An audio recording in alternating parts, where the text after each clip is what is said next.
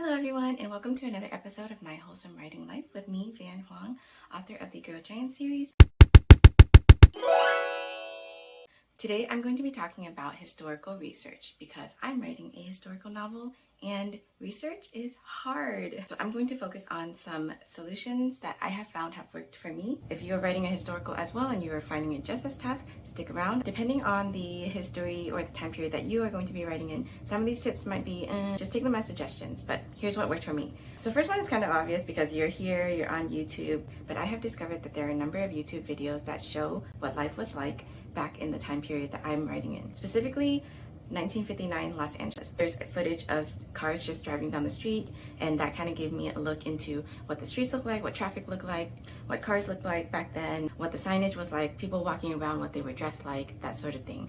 Again, depending on the time period, you might not find something like that, but it's always worth checking it out and seeing what has been remastered or recolored to give you an idea of what that time period was like. So along the same line, I've also been able to find old pictures from that time period. Sometimes you can Google these, but if you want to do a deeper dive, you can look into an archive in your area. Chances are there might be a local archive, museum, or research library somewhere in your area. Maybe your local library even has a research collection or archive for this sort of thing.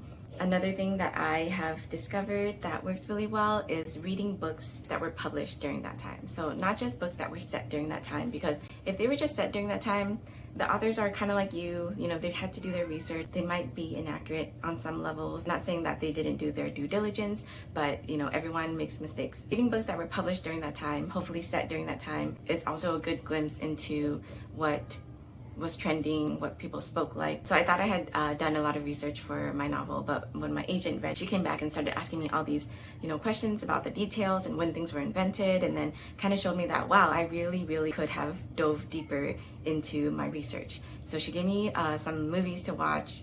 She's always good at giving me homework. Movies are a great way, but then like reading books, I would suggest also watching movies that were made during that time because you'll get a more accurate sense of what that time period was like. I've also really enjoyed reading newspapers that were published during that time. I really love this website called Old Magazine Articles, and I've been able to find some really valuable articles on there and very specific to the time period and setting that I'm writing in. On that note, I wanted to switch over to our library tip, which is that libraries have a lot of cool research databases that could be used for historical research. Stuff like EBSCO.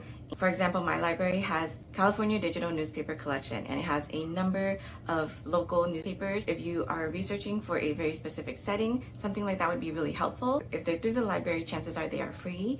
You could always search for a database and pay for it if you choose, but look into your library first and see what's available there. So on that note, I used the microfilm machine at my library for the first time ever. Microfilms were always very intimidating to me for some reason. They are basically like film strips that historians have scanned all the old newspapers onto as a very compact way to store old newspaper articles, and then you feed them under a microscopic machine-like thing. I don't know, I'm totally butchering the description of this because I'm a bad librarian, but I've always found them intimidating, and I used one the other day, and it was actually really simple and really cool. You feed the film under the microscope, and then you see it on the computer screen, where you can save shots of articles that you want to keep for further research. And it's really cool. Your library might have a microfilm machine, or look into the local university library.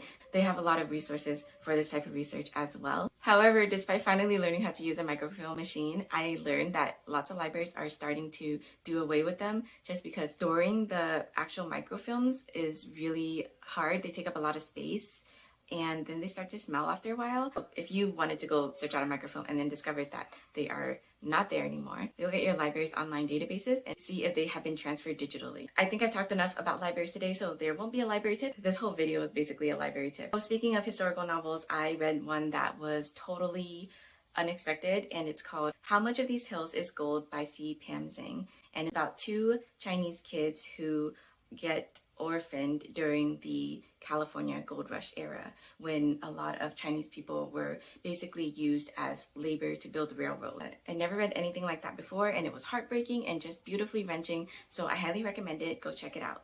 I hope you enjoyed these tips and make use of them. If you have any of your own to help me out, because I'm still struggling, let me know in the comments. I will see you next time. Bye! Writing can be hard. I'm here to obsess over the wholesome, delightful, fulfilling practices, solutions, and tools that I love about crafting stories.